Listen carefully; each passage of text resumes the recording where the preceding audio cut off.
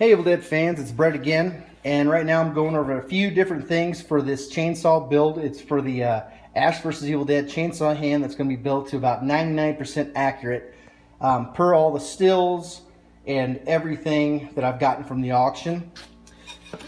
I haven't won anything from the auction, just all the pictures that I was able to take from the internet. One thing you may notice here, I did cut the top different. I didn't leave that little, cut with the sliver right here so it fits in snugly.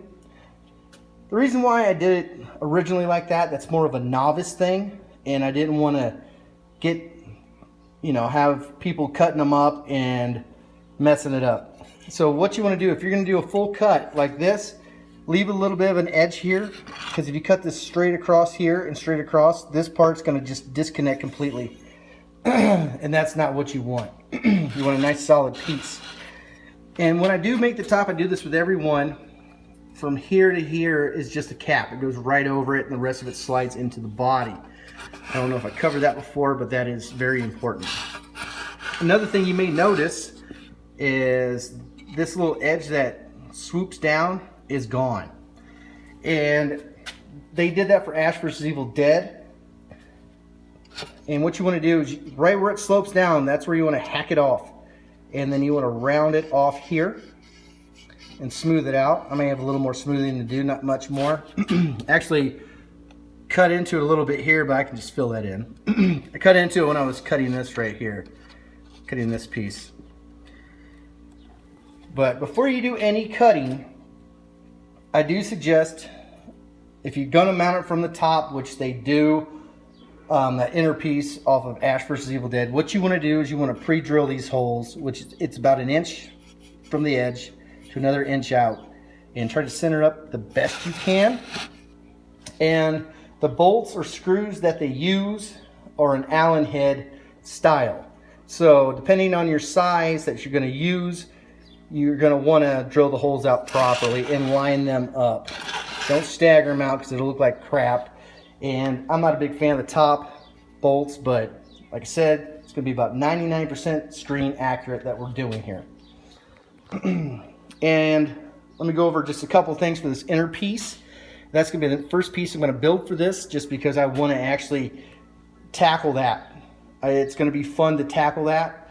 So the thickness of wood is what we're going to look at right now. Now right here we have a couple different pieces of wood. This is actually a pretty crap piece of wood, but it's got the thickness that I need. If you look here on this piece of wood, the width is about an inch, about an inch and a half. This one right here is about an inch and a quarter. Now the inch and a quarter is what you want, because on the body, per the pictures, you gotta remember your cuff, it's gonna be coming through around to about here, about to this edge. Now if you look right here, that inch and a quarter is perfect. It just barely sticks out. If you went inch and a half, you would be way too far out. So you want the thickness of your wood to be that inch and a quarter. Another thing that I'm gonna show you, this exhaust piece. Now this is what gets everybody, because it's so, deep, and everybody wants it to stick in. Now what I've noticed, it's basically cut in half, just to about this lip here. So this piece will be about right there on that block of wood. So that's something you need to remember when you cut this. Definitely get your measurements and run a piece of tape, Scotch tape around it, so you don't cut it uneven. And you want to cut it with something that's going to cut it even, because if you make it jagged, it's going to be lopsided and it's going to look like a turd. So definitely use something that's straight. You can just cut straight through it like a bandsaw, or even if you have to use a air compressor tool that I use, a die grinder, make sure that blade that you have, that round blade, is long enough you can just slice right through it. Or if you're good, just go all the way around and take your time and then smooth it out flat. But it's going to be about right here sticking out. And that's the first few steps for building this body, like I said, it's going to be 99% screen accurate. The reason why is I'm not going to get too crazy with trying to build actually what's inside of here, because everything you see, it's just black. So I'm just going to do my regular backing to it. And I will, on these videos, I will show you guys how to make the padded hand guard on the inside that I came up with. It's a great idea, because when you enter your hand here first and you have your backing and everything, I made a pad that actually comes around here. The only thing that sucks about it, once you put the pad in, all this stuff, the chainsaw bar and everything and the gears, they're there, because you'll have to rip that padding off to get to it.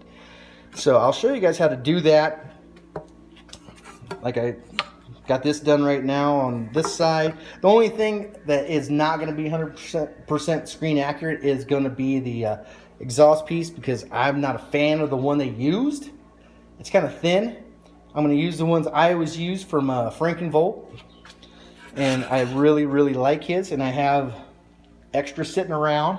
And if you haven't got one from him yet, I would suggest you get one. The backing's already in there. I just threw that in there because I had some time. And of course, everything on the inside I do paint black.